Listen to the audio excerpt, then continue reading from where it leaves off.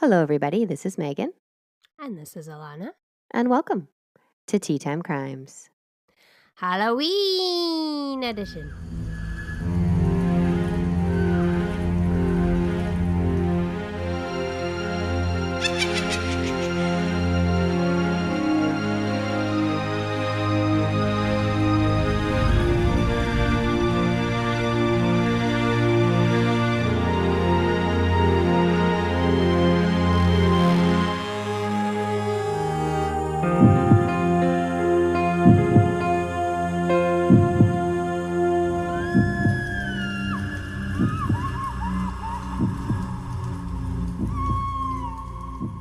Hello. Welcome back to Tea Time Crimes. Happy to have you here. Hello. What's going on with you? We're full spooky mode. It is my favorite time of year. You like Halloween too, though, even though you hate all things I do. spooky, technically. I do because I do like it because I like the child spooky side, like Yeah, Halloween Town. right. Yeah, it's fun. And this is just a great time of year because, especially being in the Northeast now, the leaves are changed. I mean, driving around right now is stunning, and it's wonderful. I know, and you get to be in New England for it. You've never Yeah, been in I'm New not far from England. Salem. I know. Yeah, it's cool. Yeah, very fun. Well, I've actually turned into you over the last Yes, week. you have. I was about to prompt that. What's happened here? Well, we're fostering 3 kittens really, who were displaced and Mhm. evacuated after the hurricane. And they Yeah. have to move all of them out because so many of the shelters are devastated or don't have power, or they're finding Yeah. lost pets. And so the stray cats that were there have to be moved. And so we had 3 kittens. I found a home for one of them. She's perfect. Her name is Joey, and she's amazing. She has the most perfect home, and she's a princess. Mm. We are foster What failing. happened to the other one? We're foster failing on the second one. Fail. He loves Love me, and he's mine. Ugh, He's a little and it's black shy. cat. He's totally black with one tiny little white patch Oh on my his God, I want to chest. kiss him. And he's got those ears that have like the extra point, Oh, you know? the best. I mean, it's October. You're getting a black cat, mostly black cat. I mean, it's just perfect. You're going to help him get into the world. He's a little shy now. He is, but he loves me. He comes out and He sits in my loves lap. you. He just purrs. He was the one we had to pull out of the shelter cage because he was far in the back. Baby. But he's become very comfortable. And so honestly, I had Whoops. steeled myself to get rid of all 3 of them. But then it was Brad who was like, "Oh, are we not keeping that one?" I said, "What?" He's like, "Well, he's really That's cute, and he amazing. obviously likes you." I said, "Oh my goodness, what are you Yeah. doing to me? You're killing me." And then we're still trying to find a home for the last one, who is also amazing. He's a true tuxedo. He looks very much like your Tessie. Yeah. So we really Yeah, need my to find a Tessie home for boy. him, and hopefully we will soon. He's also Yeah. very, very sweet. Maybe by the time this is released. Yeah, I'm hoping. So yeah, they need fosters so bad right now. Yes. Please help out if you can. Yeah, you can send donations. I mean, really any animal shelter just kind of in the area that was affected by the hurricane in Florida, Yeah. North Carolina, South Carolina. There's such a wide area. I'll try to post some pictures because they're very cute. Yeah. They're so sweet. Definitely. You've made a lot of cute graphics for adopting them. Yeah. I've been impressed. Bless their little hearts. They're just precious. Oh, they're so sweet. Sophie doesn't know that it's happening. Oh, of course. Totally clueless. Precious Sophie, no idea. Because I keep them separate, right? And she's going to be they're cleared. devastated. She's not going to be happy. She's not going to believe I No. did it again No. to her. Yeah. And then Pepper, he knows because he's a little bit more with it. He is not pleased. I think he's going to enjoy it. I think he will too, but right now he's very mad. He sits outside the door all day, and then when I open it, he just hisses.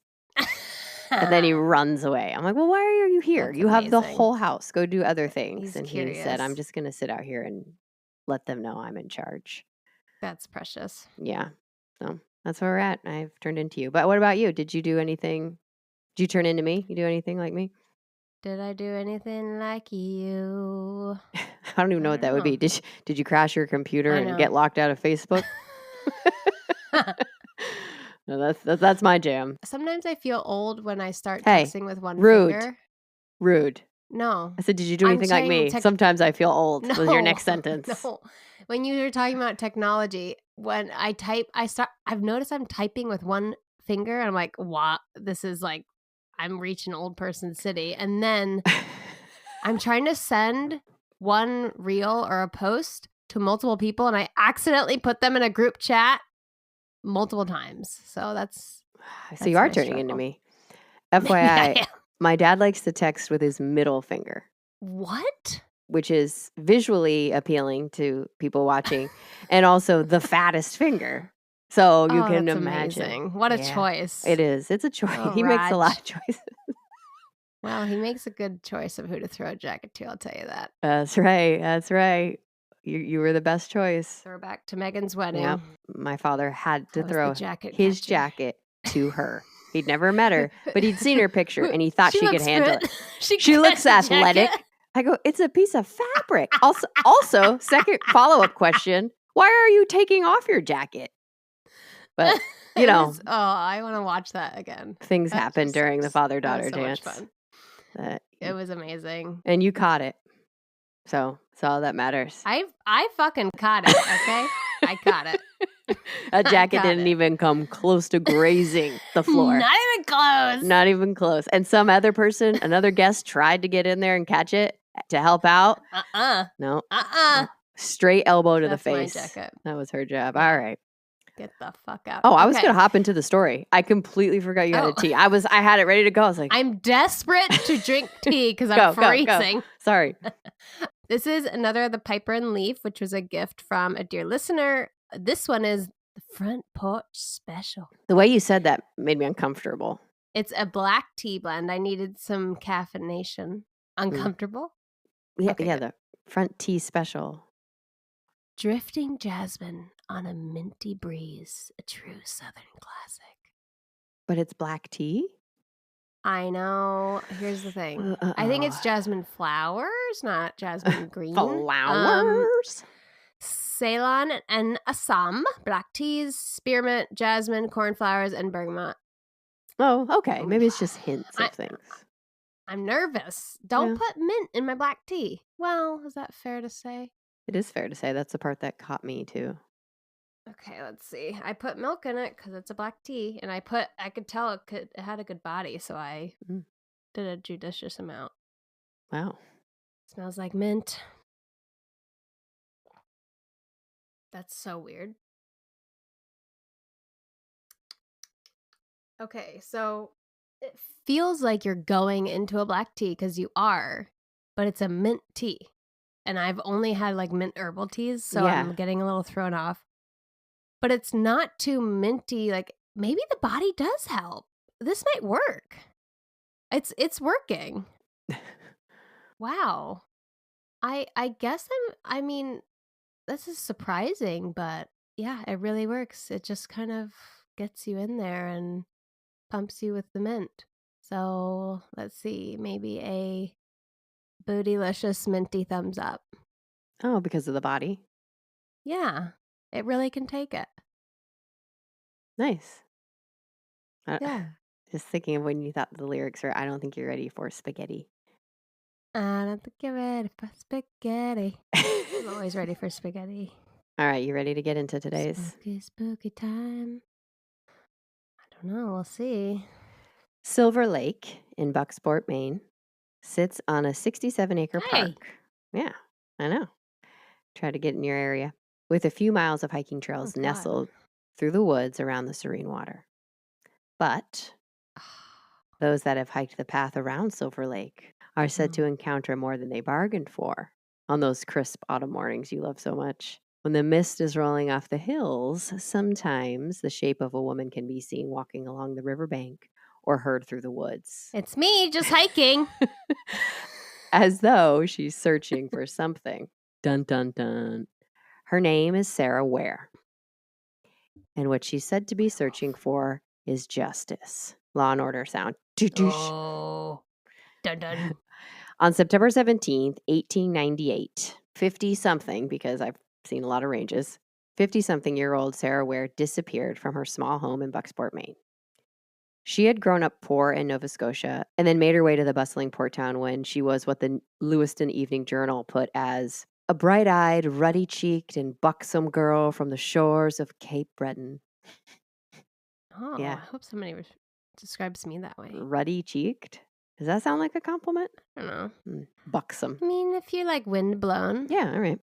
Well, by 1869, at the age of 25-ish, Sarah was married to Charles Ware. The 23-year-old came from a wealthy and influential family in the town because Mr. Ware, her father-in-law, was the undertaker Ah!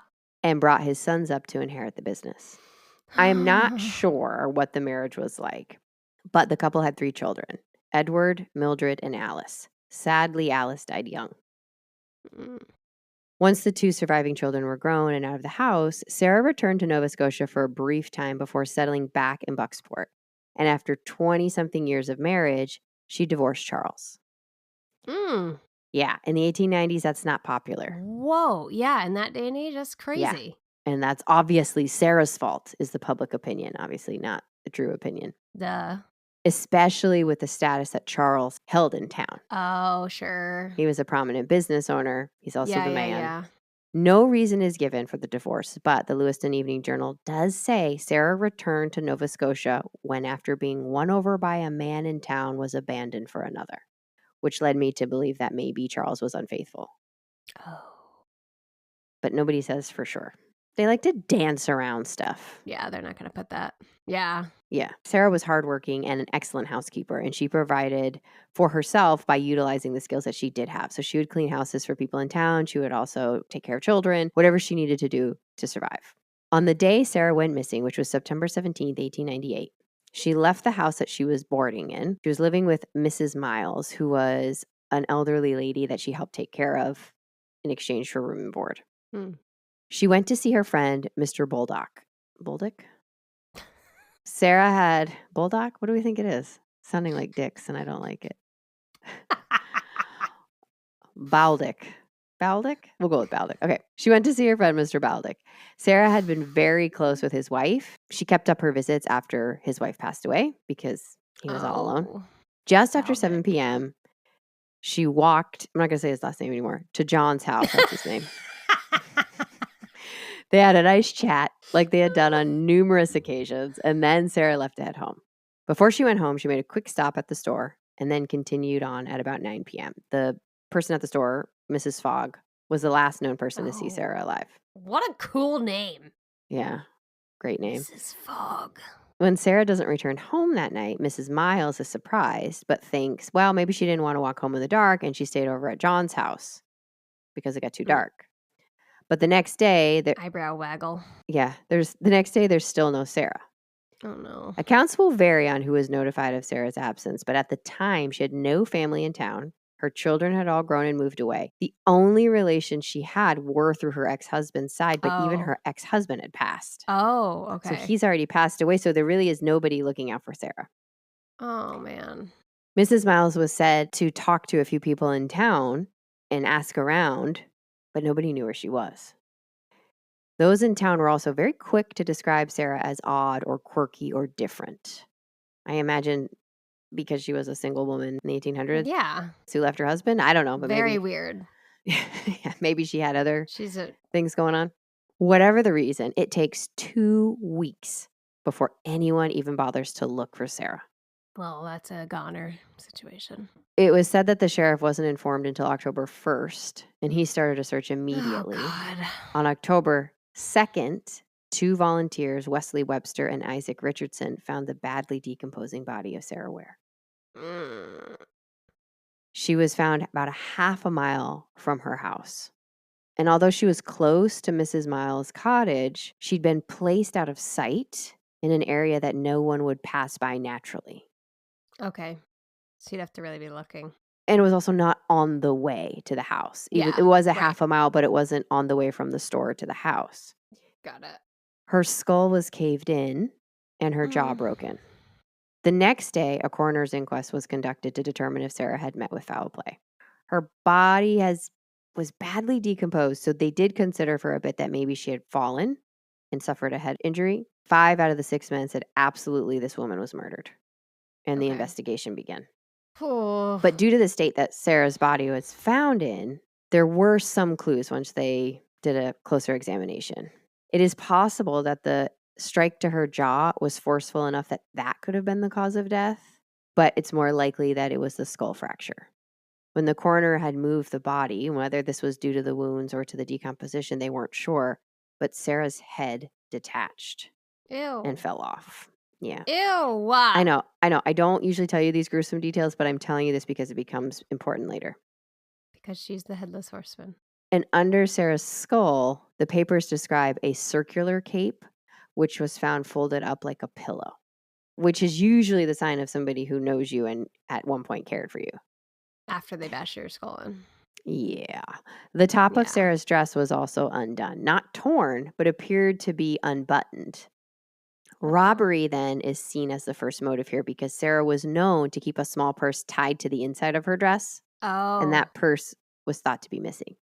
A lot of attention was given to Sarah's skirts, the arrangement of them, because in this day and age, they're not going to say sexually assaulted. Based on how the skirts were barely disturbed, they don't believe that Sarah was sexually assaulted because she was there for 2 weeks and her skirts were mostly undisturbed.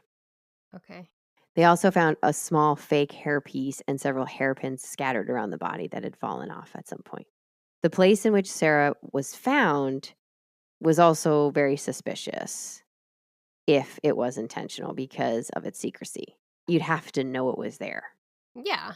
was the consensus. Right. The Bangor Daily commercial has a drawing that I'll try to find and send to you to post, but it shows very clearly where Sarah lived and then the two possible routes she could have taken. And then the route where the body was discovered is in completely a different direction. Okay.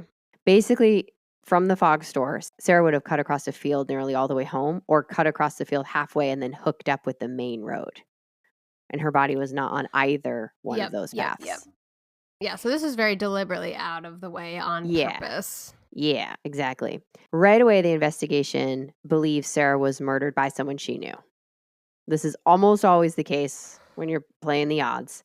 But because of the location her body was found, they believe Sarah was either taken there and then murdered. You know, said somebody she knew was like, hey, go for a walk with me this way. Pre or post, what is that? Humorously? No. What? You know, like before or after she was, dies. She walked to this place on her own while she was alive, and then the murder happened there. Or it happened on the way home and then her body was hidden there.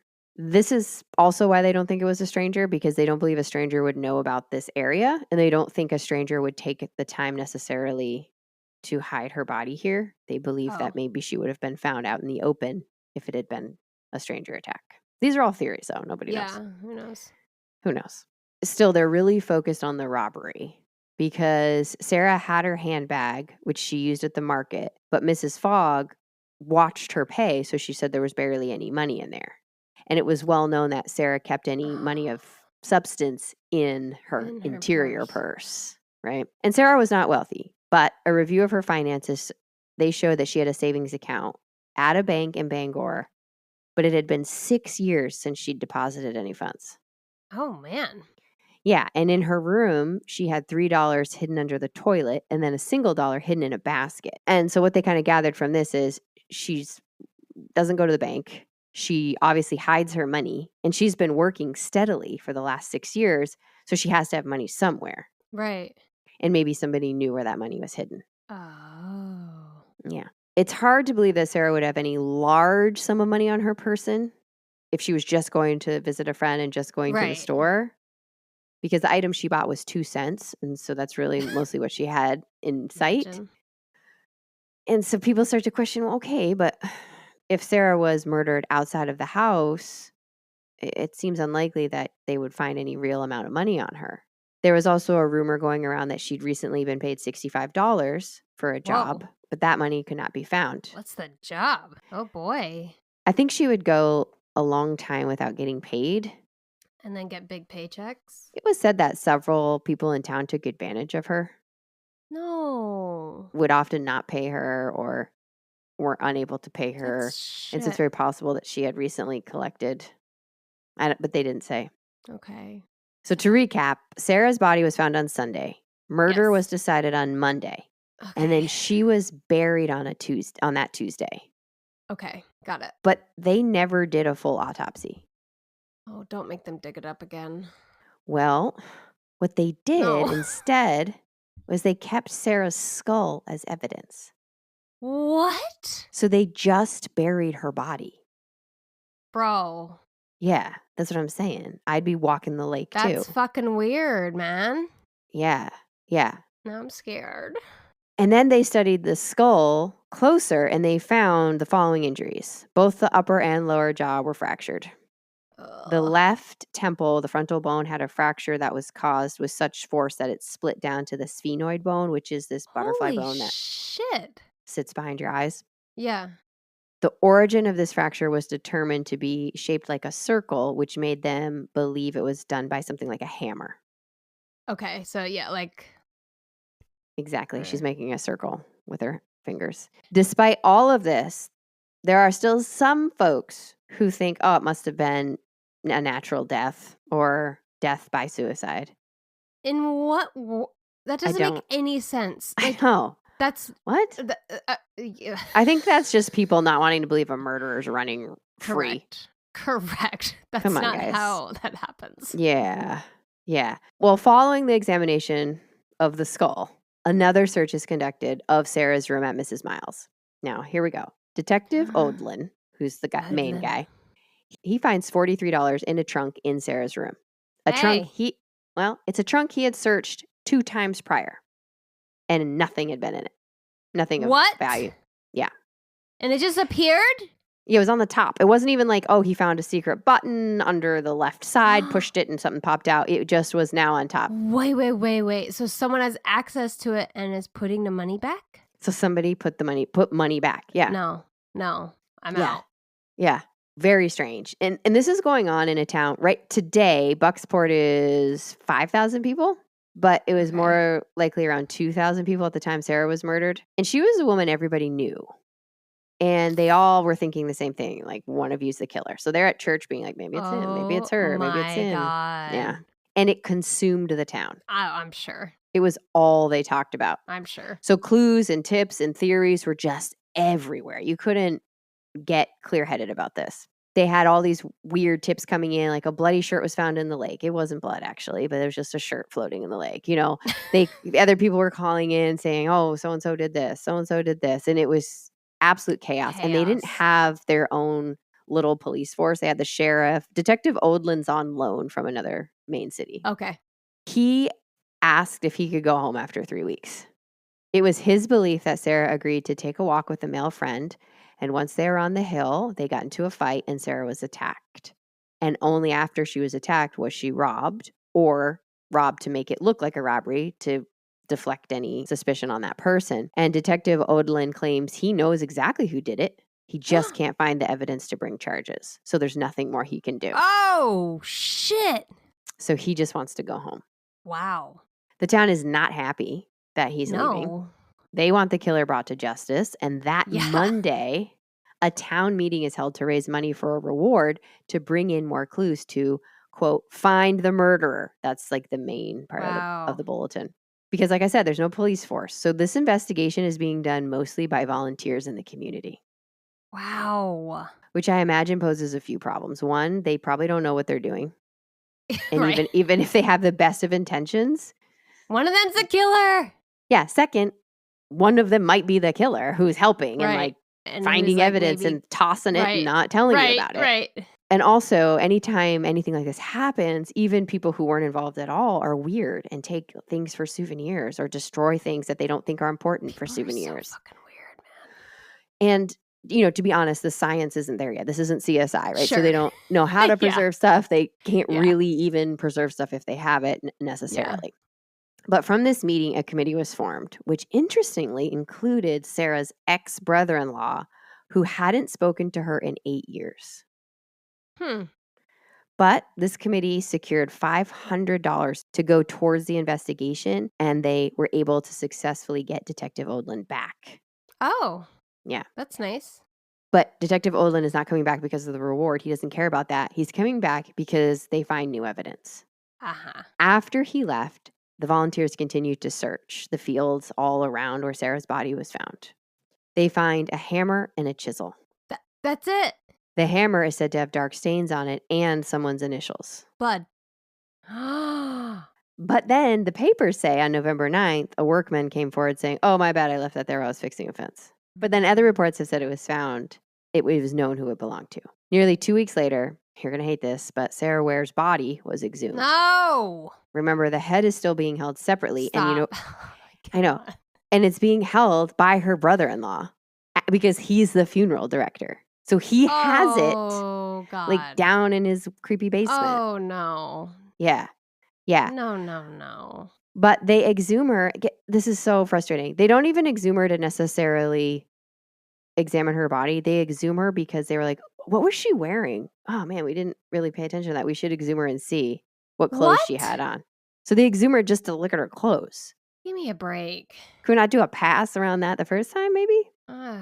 Somebody jot it down, you know? Right. Better note taker here. No charges have been filed. But like I said, Detective Right. Oldland's been hitting around. He knows who did it. Everybody kind of is not saying who they think it is, but rumors are very loud that they believe the killer is Mr. William Truergy. Public opinion obviously doesn't mean everything, but it is powerful because a search found a hammer and a canvas in Truergy's wagon.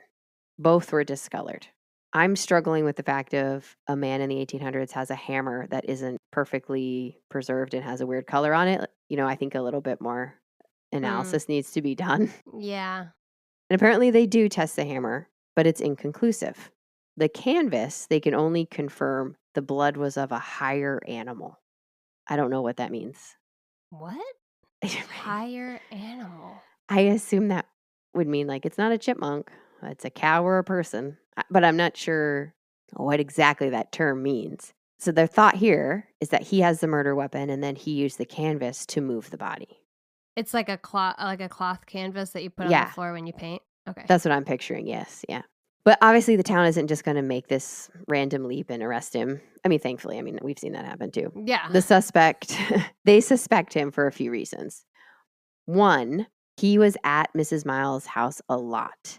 Some of the newspapers said he boarded there temporarily, but I don't think that's accurate. But he did farm part of her land. Oh. And he was supposedly the first person Mrs. Miles told when Sarah was missing. That's telling. Yeah. And he was like, "Oh, I'll go look into it," because she was like 70 or 80 years old. And so she's not going to go walk around town asking everybody. Yeah, no shit. And two, it was rumored that Sarah had worked for Truergy after his second wife abandoned him and left him with the kids. Oh. She'd also managed and helped out when his first wife passed away. Okay, And it so was said there's that a he relationship here. was one of the men who hadn't paid her.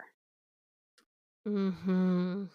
So they're trying to establish that motive a little bit. And he has opportunity and he knows her and there's possibly some contention. Folks also reported that whatever the debt was, that actually the two seemed to be friendly and they didn't think it was a problem at all. So you're hearing both sides. So there are some people saying, oh, he's got all the opportunity. He's got the hammer. He's got the motive. And then other folks are like, yeah, he owed her some money, but they talked every day. They had dinner together on Sundays at Mrs. Miles' house. Okay. You know, he was always in and out. Like she wasn't holding a grudge against him. There was no bad feelings. But many sources will say that Sarah actually stopped at Truergy's house the night she vanished to collect the money, while the papers are saying that Truergy was actually at Mrs. Miles' house for the night. Well, what is it? So there's a lot of misinformation. I don't think Truergy was actually staying at Mrs. Miles' house. He had his own house and he ran it was like a secondhand shop where he found, collected, and resold items. So I imagine he was there, but he did go for Sunday dinners. But who's to say? Maybe if he farmed part of the land all day, he would spend the night once in a while. Both things could be true, I guess. Investigators believe it was possible that Truergy was the one who put the money back in the trunk after Sarah's murder then, because he would have had kind of unlimited access going in and out of Mrs. Miles' house. And again, he was the one that Mrs. Miles went to when Sarah disappeared and she was concerned. And he said, oh, I'll go ask about her. And then he's credited for creating the story that Sarah had been talking about leaving town for another job. But for fairness' sake, I'd like to point out that so far, Mrs. Miles has all the same opportunities as Truergy. She could have also put the money back. Right. But she's 80 years old. Hey, don't be an ageist. I'm just saying, swinging a hammer, that much damage. That was a lot of damage to that skull. While somebody is asleep? I mean, still. I feel like you need so much force so you break both jaws. Like, that's a Yeah. lot. Yeah. Yeah. Well, also, she fit in my pocket. I think she was barely 5 feet tall. Okay. Oh my God, little. I know I hate to do, but that's little. That is little. She's tiny. It's not until the start of March that Truergy is officially arrested for the murder of Sarah Ware. Okay, wow. He pleads not guilty, but a witness comes forward with some pretty compelling evidence. 23-year-old Joseph Fogg says that he spoke to Truergy, not the night of the disappearance, but the following week. He stopped at Truergy's house when he saw he was trying to move something. He said he was trying to move a body, but he didn't ask if it was human. What? Yeah, that seems like my first question, you know? Whoa. Hey, dude, is that a dead cow or did we kill somebody? Right? That's Let's my be first clear about question. this. Yeah, I just want to know what I'm getting into before I help out. The two men Oh then my traveled God. to a spot near the Miles house. Truergy goes off with a canvas, comes back with something rolled up inside it. Joseph helps him load it into the wagon, and then they go up the hill. Okay. Truergy leaves with whatever is wrapped in the canvas and comes back with just the canvas. He tells Joseph, don't say a word or you'll end up the same way. Oh, shit. I think it's pretty clear what it is. I mean, a cow is a lot heavier, I'm just going to say. Well, I was just using that as, it could have been a pig. I don't know. But can't you tell, Joseph? Yeah. Yeah. It's not like it's a chimp or a human. You know what I mean? Aren't we also maybe not wanting to risk that? How much did you get from helping him with that? Was that worth the 2 cents that he gave you for helping him? That's Mrs. Fogg's son, I'm assuming. I don't actually think so. I thought that too. I was trying to find the relation, but it must be some sort of relation. But his mother, well, she's going to come later. Okay. Oh boy. I don't know her first name, but it wasn't the same as Mrs. Fogg at the grocer's. Okay. Anyway, this is by far pretty compelling evidence against Truergy. Yeah. I wonder what made him come forward, because they arrested him. So he's like, oh, I'm safe. Well, hold on. Joseph, you're going to have a love-hate relationship with Joseph. Oh boy, Joe.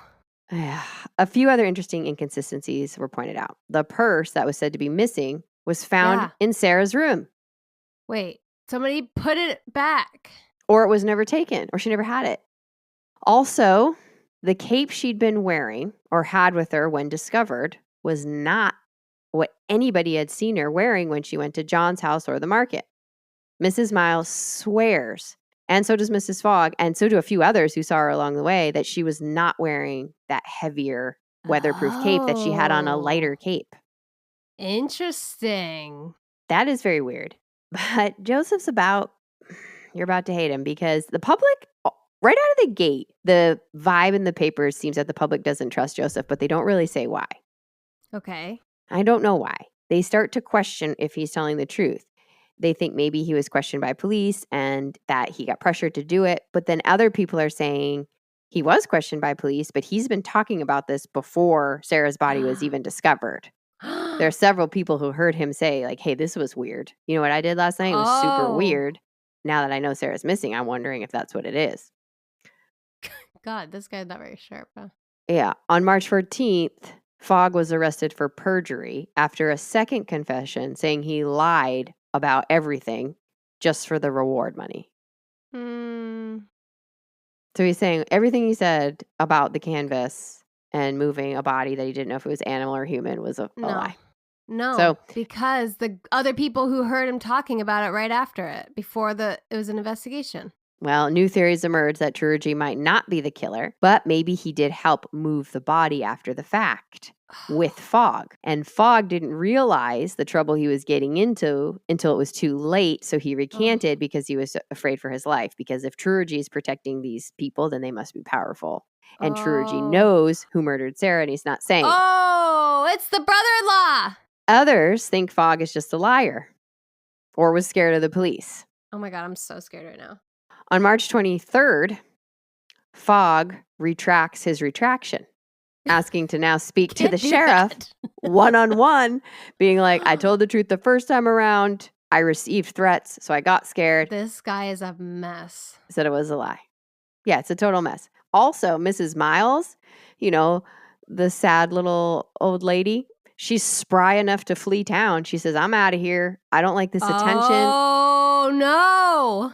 I don't like the hit my reputation is taking. I'm out of here. What? Yeah, apparently Mr. Miles, when he was alive, he sold alcohol, so gasp. And the town claims that Sarah often accepted male visitors at the Miles home. And this rumor What? starts bubbling up that Sarah was a sex worker. What? And Mrs. Miles' house was used. Do we think that? Historians say there's absolutely no evidence of this. Okay. Either way, Mrs. Miles says, I'm out. I'm going to go to Boston. Bye. Interesting. Yeah.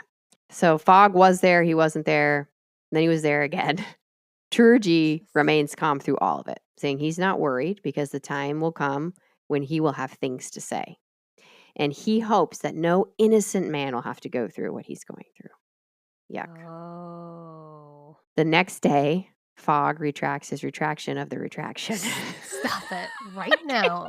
This guy's a fucking mess. My guy, come on. He can't handle. He's saying he never retracted, but...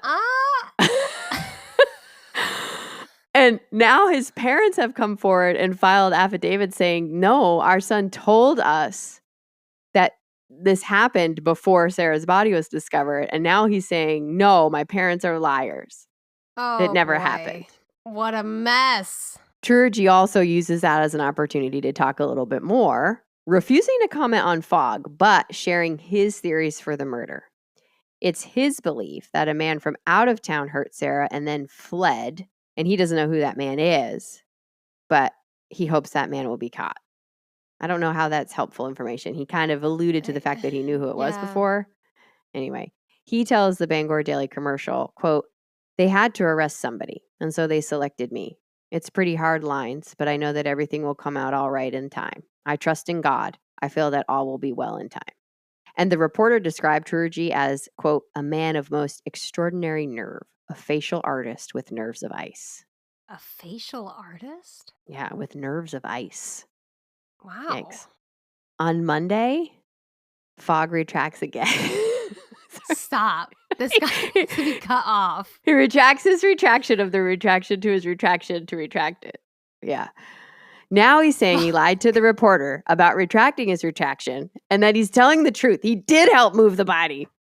Oh my God. I need a perfect description of him. Like, what does he look like? I feel like he's just tall and sweating all the time. Oh, I don't know. He's only 23 years old. I think he is a sailor. I can't handle it. No. A sailor. I thought that's what they said. Anyway. Good Lord. And this isn't even the trial. This is just to see if Turgi should be indicted. Fogg is not helping. Oh my God. Imagine if he has to sit in a chair. By April, another woman came forward supporting Fogg's first version of events about moving the body.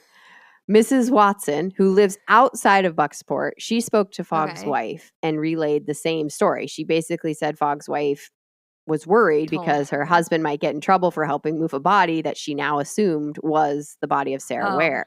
Yep. Mrs. Watson is kind of a credible witness because she doesn't live in Bucksport. So when she heard the story at the time, she didn't even know who Sarah was.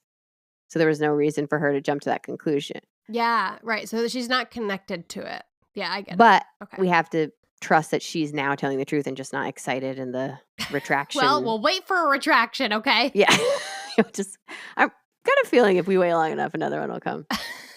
People in town seem to think that while Turgi may be innocent, that he does know more than he's telling. And for some reason, he's holding it back. Yeah. But they don't know what that is. Meanwhile, Mrs. Miles, who was like, I'm going to Boston for a bit, can no longer be located. She's in the wind. Peace out. God, maybe she did do it. I know. And in addition to Mrs. Watson, a Mrs. Webster, who lives near the Miles property, talks about a month before Sarah went missing, someone had tried to break into their house. Mrs. Miles had heard a horse pull up and someone tell the horse to stop. And then she saw somebody trying to open and get into her window. And so that lays another layer of complexity to it because maybe there's somebody who is robbing the houses in that area. Oh my God. Yeah. Maybe it's a rando. And maybe it was a random person who robbed Sarah and attacked her when she woke up or when she was coming home and thought she didn't think anybody would still be awake. We're trying to narrow it down, folks. I know. And also, the week before Sarah's disappearance, Mrs. Webster spoke to Sarah because Sarah came to the house furious. The Bangor Daily Commercial claims that Sarah said something along the lines of, "Somebody has been telling Mrs. Miles stories about me, and I don't like it. They tell her that I have men come home with me. Mrs. Miles is an old devil. You don't know her as well as I do." Oh! So Mrs. Webster said she was concerned that Sarah thought she was the one spreading rumors about her. And Sarah said, "No, I know it's not you. It was a man who has been telling the stories, and I want it stopped." That adds another layer of it. What if the motive wasn't robbery, but what if somebody was telling Mrs. Miles things about Sarah, like this whole sex Yeah. worker rumor, and she found out and confronted the person? Jesus. The next day, April 12th, the grand jury decided not to proceed with charges against William Truergy, and he was released from jail. Wow. So for nearly 4 years, nothing happened with Sarah Ware's case. What? Yep. And then in 1902, they officially filed charges against William Truergy, and he's back in court again. What? I mean, I don't know about you, but I can't wait to hear what Fogg has to say. Oh, cannot wait. He's had 4 years to figure it out. He might have a totally different story. He might. He might retract his retraction of the retraction that he retracted while he was retracting. So July 15th, everything gets underway. The prosecution kind of has to come with some new evidence because there wasn't enough to indict before. What's changed? Well, here's what they're going for. They bring in several witnesses who speak to what Sarah was wearing that day. That's very important. So the short shawl that she was wearing, not the weatherproof cape that was found with her body. There are several people who say they saw her. I saw her walking by my window. I saw her walking home. I saw her after the Fogg store. I saw her after John's. Mrs. Haas, who testified the night Sarah disappeared, she heard a woman scream and then sounded like she was strangled. What? Also is a new witness. She says she heard it outside of her window, yelled out the window, and then the sound stopped. She thought maybe it was an animal. And you don't think when this investigation's going on that you might bring it up? And maybe she did. I don't know. Also, this seems to be a time when you don't know if a human's wrapped in a canvas or a livestock. So maybe this is true.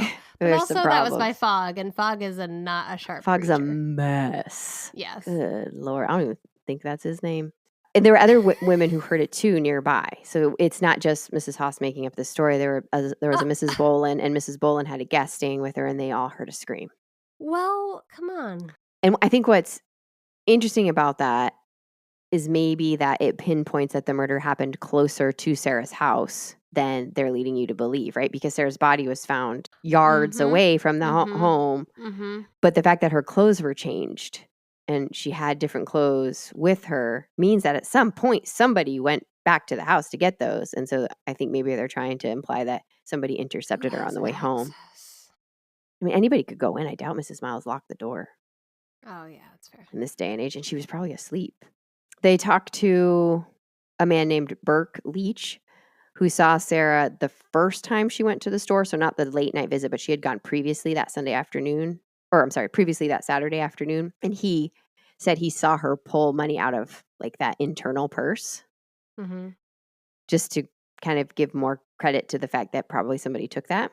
Okay. They talked to John, and his story doesn't change. He's like, yes, Sarah was here. We talked, and then she left. Mrs. Fogg is back in action. Last person to see her alive that we know of. They also bring in a lot of people along the road between the store and the Miles home because they saw Sarah walking around 9:15. But Sarah was pretty far away, and it's pretty dark at this time in this day and age. But all of them said that they thought it was Sarah because she walked characteristically fast. And she's also tiny. Yeah. We see this tiny little person walking in the direction. They all assumed it was her.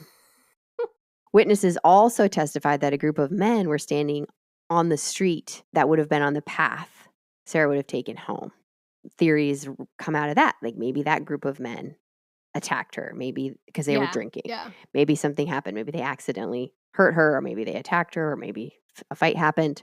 There are also others who said they saw a strange man in their yard. Maybe there was a prowler out, just like we talked about earlier. But what the prosecution doubles down on is it was Truergy who was supposed to be looking for Sarah once Mrs. Miles told him, and he didn't actually look.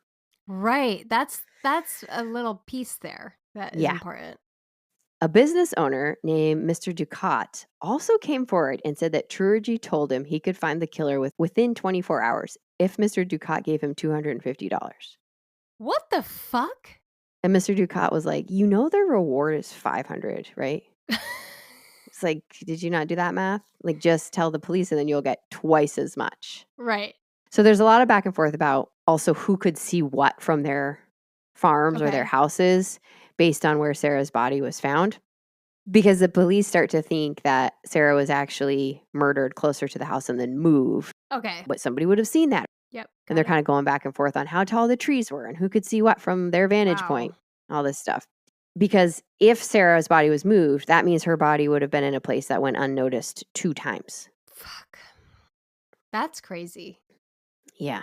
But there's another witness who comes forward saying that he saw Fogg and Truergy on the horse the night the body was moved, supporting again version 1 of Fogg's story.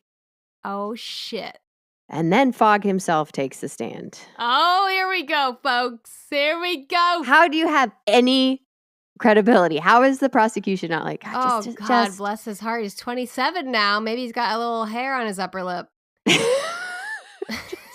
just stick to the story, Fogg.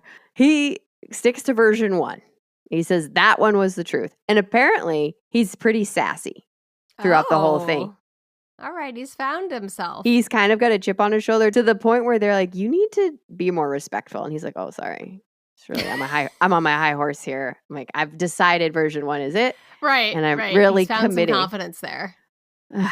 Anyway, so he's now saying version 1. And he does say version 1, like it's consistent to the first time. If you take away the 8 times he went back on it. The prosecution is also really working to establish a really clear motive. And they double down on the fact that Truergy owed Sarah money. That's what they're centering this on.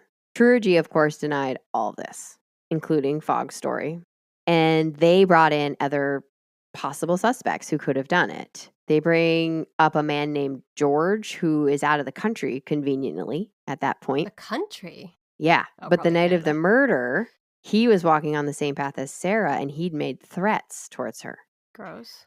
George's mother appeared on his behalf to say he'd been home with her the night of the disappearance. And FYI, she does not appreciate this. But that's his mom's. That's her baby. And they also, it could have been a stranger. It could have been the men on her path. Like they bring in all of these other possible suspects. The jury went in for deliberations Thursday night. After 16 hours, they had a verdict. Not guilty. Wow. William Truergy was a free man. Fuck. Which means he cannot be tried again for the murder of Sarah Ware. Unrelated to this case, but just because I know this would really get your fires going. In 1904, he was arrested for animal abuse.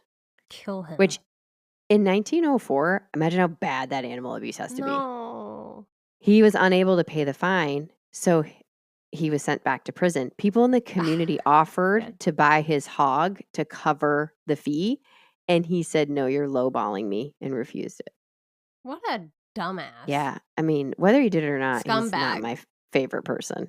Yeah, fuck that. Years after the case, an article in the Lewiston Journal reflected on it and kind of talked a little bit more freely about some of the theories that they weren't willing to say in early 1900s, because it was 30 years later. They discussed the possibilities that they thought were probable. One, that Sarah had been killed by a group of men on the bridge, that those men were drunk, something had happened, and they'd accidentally pushed her, or she sustained an injury, and then they'd hidden the body. 2, that a stranger in town was the murderer and that they'd left very quickly because it was a fishing port town. So lots of times fishermen were in and out. 3, that Truergy was involved but had not actually committed the crime. And this is where they give more detail about the rumors circulating around Mrs. Miles' home. They say there were rumors that there were parties there. Drinking, good times were the objective, and Sarah was accidentally killed at one of those parties. The attendees were prominent men, and Truergy was asked to move the body for them, which is why he kept quiet. Fuck. And the 4th theory is that Truergy committed the crime for reasons that we don't know about. Could have been money, jealousy, maybe they were having an affair, maybe it was an accident. And then to save himself, he went to a well-known man in town and said, Sarah Ware has been murdered, and I know, so-and-so, I'm paraphrasing, this isn't a quote, I know so-and-so was the last person to be seen with her. And in this version of events, Trurugi picked someone very close to this man. So someone that the man wanted to protect, knowing that this person seen with her would be the first suspect. And Trurugi said that him and Sarah were having an intimate relationship. And so the man begged for Trurugi's help and asked him to move the body and hide it so that the person he was protecting didn't get in any trouble. What? And then accidentally was now involved in it, so couldn't come forward, which is very complicated theory Yeah, that's complex. and conspiracy. And I don't know if Trurugi's that smart. That's super Yeah. conniving. If he was like, I've That's killed Sarah crazy. and now I'm going to implicate like a very prominent man in town somehow. It's wild. I mean, unless that person really did do it and Trurugi knew, unless he's telling the truth, I guess that's possible. This is crazy. Do you think Mrs. Miles was having those parties at her house? It's weird that she fled. It is weird that she fled. It is weird that she fled. It seems unnecessary.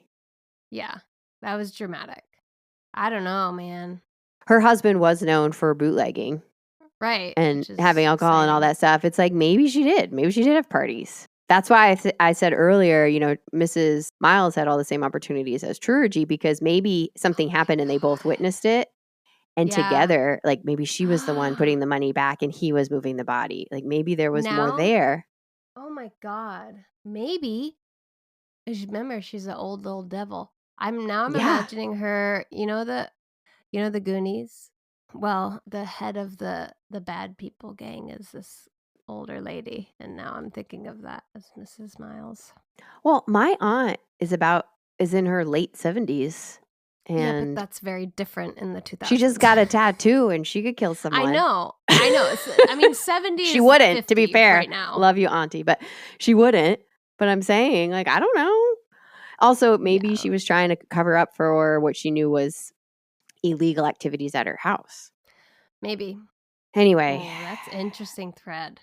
I do think it was somebody she knew. I think she made it back to the house because the way her clothes were changed. Yeah, that is bizarre. I think she was murdered either right by the house or at the house, and then they grabbed the coat and they grabbed the wrong one. Because she would have both hanging up, I believe Mrs. Miles said. Like one was for weather, rain and stuff like that, and then the other one was for nicer weather. It's just so bizarre that they folded it under her head because her head would be smashed in. Like, I cannot, it doesn't make any sense to me. But it wouldn't have looked the way it did when it was found. It would have looked really bad. Have you seen someone with a broken jaw? It's terrifying. Well, I don't think they have in real life, thankfully. But I'm like, that's a common thing. Lots of times when somebody murders somebody, they'll cover them with a blanket or they'll position them. That was another thing they fought about. They couldn't tell if the way she was positioned was like she'd been rested there or if she'd been pulled out of the canvas and then that's how she rolled down and landed. But hold on, we can talk more about this. I want to get back to a couple of things. Here's the reason why they believe Sarah is still haunting the area. Because you'll remember Sarah's body was buried like 2 days after it was found. Yeah. It was buried in a pauper's grave. In the early 1930s, those graves were moved in order to make way for the man-made project of Silver Lake. So Sarah's grave marker was moved to join her deceased daughter and her ex-husband, but rumors circulated that many of the markers were moved, but not all of the bodies were accounted for. Could Sarah's remains now be buried at the bottom of Silver Lake and her spirit is walking the shoreline trying to escape? Like in the water. Yeah, like she would be under the lake because they did not actually... Bro. They moved 50 bodies. They only actually accounted for 45. But they moved 50 gravestones is essentially the math. Interesting. That's TTC math. No, 50 gravestones, but only 45 bodies. That's right. No, I'm saying like they did TTC. Yeah, they said close enough. Yeah, they were like, I'm studying this new mathematical Pretty sure equation. that's right. We round up. Pretty sure we nailed it. At TTC Math. We're good. So that's one story to the motivation for her haunting, which I get. I don't want to be at the bottom of a watery grave either. Put me back up on the hill next to my daughter. I think I'd like it. You would like it if you were in the water, but not if you were in the dirt under the water. Interesting concept. I'm going to have to think about this. Because I have to imagine the lake goes deeper than the grave did. So her grave would have been disturbed. And I imagine her bones would be scattered in the lake. Whoa. Crazy. Okay, here's the second part. In 1982, I said that right, okay? That's a long time. Clerks at the Hancock County Superior Court were looking through old files when they found a little bit more than they bargained for. In an old metal box, they found Sarah Ware's skull. What? Her head had never been reunited with her body. Oh, shit. They had kept it as evidence in hopes of having a second trial. Yeah. So could the ghost of Sarah Ware be walking the shoreline looking for her head? Gross. It's not until 1998 that Sarah's remains were fully laid to rest, and a group of 40 people in town gathered to honor her. They placed her Jeez. skull in the ground with what they hope was her actual coffin, and became a compromise of respect and remembrance since justice was never served for Sarah. Wow. That sucks. Poor Sarah.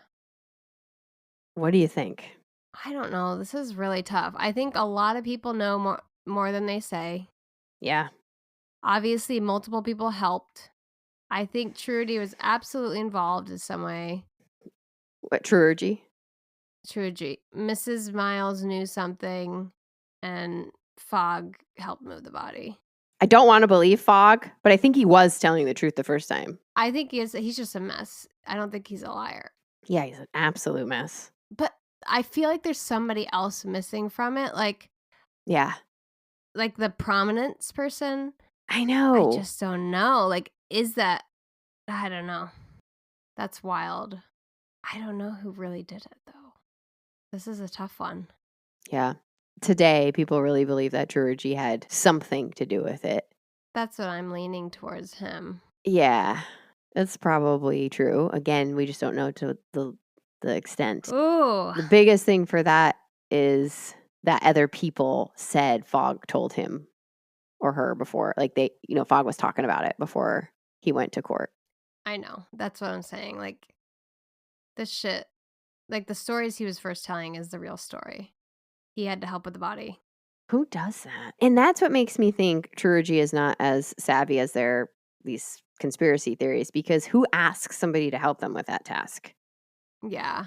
Who like you could trust. Yeah, it's not like you're moving a refrigerator and you're like, oh, I'll just grab my neighbor. Right. It's a 5-foot woman. You could probably pick her up. No, I don't mean that. I mean, like, Oh. who's going to just ask a random person and be like, hopefully they won't mention it. Exactly. Hopefully it won't come up at church. I'll ask you, but not a coworker.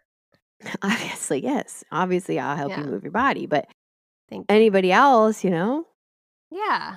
Also, side note, I could not live with that guilt. Please don't ask me. I would give you away in a second. So just don't ask me. But what if they did something really bad? I don't know. You have a very strong sense of justice. Yeah, but I do not have as strong of a poker face.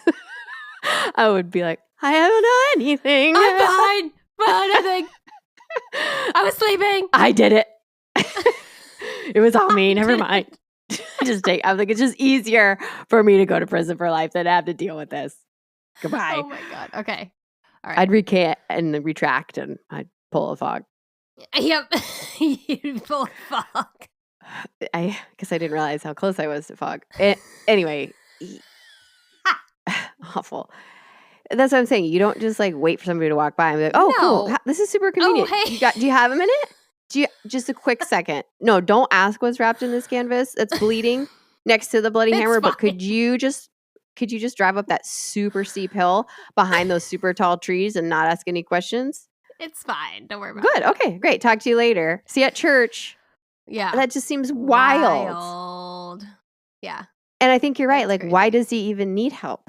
Yeah. It's a weird situation. I think there's a person missing that they are protecting for some weird reason. And why are they putting the money back? It wasn't even $65. So everybody's saying $65 is missing. I feel like Fogg did it. Fogg put money back. No, Fogg wasn't anywhere near that. You mean Truergy? No, Truergy wouldn't. He's obsessed with money. So what they were saying in the papers was they thought that once the money wasn't found in her room, then they were like, oh, it was a robbery. And so they think that somebody put money back to say, oh, no, it wasn't a robbery. maybe, because at this time in the beginning, remember, people were still on the fence about if she was murdered. People were still saying maybe she took her own life, or maybe she just fell That's while so hiking bizarre. at 9:30 at night in a cloak that she didn't have on when she left, but whatever. And so if the money was found, then the robbery element would go away. Here's the thing, though. They didn't put back $65. They put back, I forget what it was, $42. It wasn't even the same amount, because $65 is probably hard to come by on short notice unless you've taken $65. Or maybe they had spent some of it already, but they put some money back and they just put it on top. I mean, gosh, like, hide it in something. My God. Yeah, this is just weird. It's very weird. But also, there were so many people in and out of there. Like, the people who were searching her bedroom, her brother-in-law was one of the people. And he's a person of prominence. He could be one of these peoples they're protecting. And it could be that he could have had the best of intentions. I mean, was on the committee. He did preserve her skull for evidence. Like, he could have, even though they didn't have a great relationship, could have felt bad and wanted her to have justice. But you can't tell that now. You can't know after the fact or at the time unless you know who did it. So her case they didn't have the resources to handle her case correctly. I'm sorry, Sarah. And she did not get justice. No. Should I go to that pond? Yeah, you should go to Silver Lake. Look it up. See how close it is. But during the day. Yeah, don't go at night because you can't hang. But I can't. I would never handle a night hike. Well, except this past weekend when I accidentally timed a hike wrong. That was an insane By hike. the way, I was just next to did Bennington Triangle. And I'm just getting... But I wasn't in the triangle. I was just getting one Marco Polo after the other as the sun is setting, clearly in the background of her being like, I don't know where I am. Whoops. Then another one. Uh-oh, I've gone the wrong trail. Whoops. Then another one. Oh, shoot. Hopefully I find my way home. So that wasn't nerve-wracking at all. Yeah, that was mistimed, but it was a great hike and it was beautiful, and it was an insane hike. Yeah, it's exactly what happened to Paul Walden, and I was hating it until you were home safe. But anyway, you should go check it out, and you can probably visit her headstone. You could. That would be nice. I'm not a big cemetery person. Well, I would go. Can you go for me and put something on her grave? Fine. A flower. She deserves to be remembered. Yeah, she was a hardworking woman who raised 3 children, was unconventional in the sense of she's like, you know what, Charles? Right. Yeah, I'm fuck out. you, I'm divorcing. Even though it's going to be harder for me. Says a lot of courage. Yeah. She was a brave woman, and she... Okay, I'll visit her. Okay. I feel like it's close because the newspaper you're saying is close to me. But that could be different in that time, so I don't know. Yeah, I have no idea. We'll have to look it up. But we'll see. I don't mind a road trip around here. It's so pretty. Exactly. All right, what are your last words? You're only allowed one retraction. And you just stick with it. All right? You stick with it. That's it. Dear God. And if you know something, say something right away. If you notice someone's missing, say it right away. We know how much it really matters. And also, if you just know anything, if you heard a scream, it could have been a coyote. Just say it anyways if there's an investigation going on. Yeah. You don't have to call the police every time you hear a coyote, but, if you find out something happened, maybe mention it. The investigation's taken over the town. Let's add some details if we have them. All right, and who should listen? Undertakers. I'm scared of cows and pigs and neighbors and liquor store owners and... Liquor store owners? I just think of the bootlegger. Oh. And sex workers. All right. That's a list. Yeah. All right. I hope Sarah Ware is not haunting because that seems bad. I hope she's at peace somewhere because she deserves that. I feel like I'm a good person to check that because I won't be spooked. I'll be very factual. No, you're going to say no matter what. I should be sent. No, I won't. If I see a shape, I'll send you a picture. If I see a shape. I saw a triangle. All right. Well, I hope that she's peacefully with her family, her kids, have a good time somewhere else. All right. Well, you can find us on all of the platforms at Tea Time Crimes. You can email us at teatimecrimes@gmail.com. Please talk to us. Please rate, review, subscribe, send us recommendation for teas and crimes, and we will be back next week with, I think, our final installment of Spooky Spooks, right? Oh, shit. Is it? Yeah, I think So. you're right. Yeah. Those are always the scariest. Wahahaha.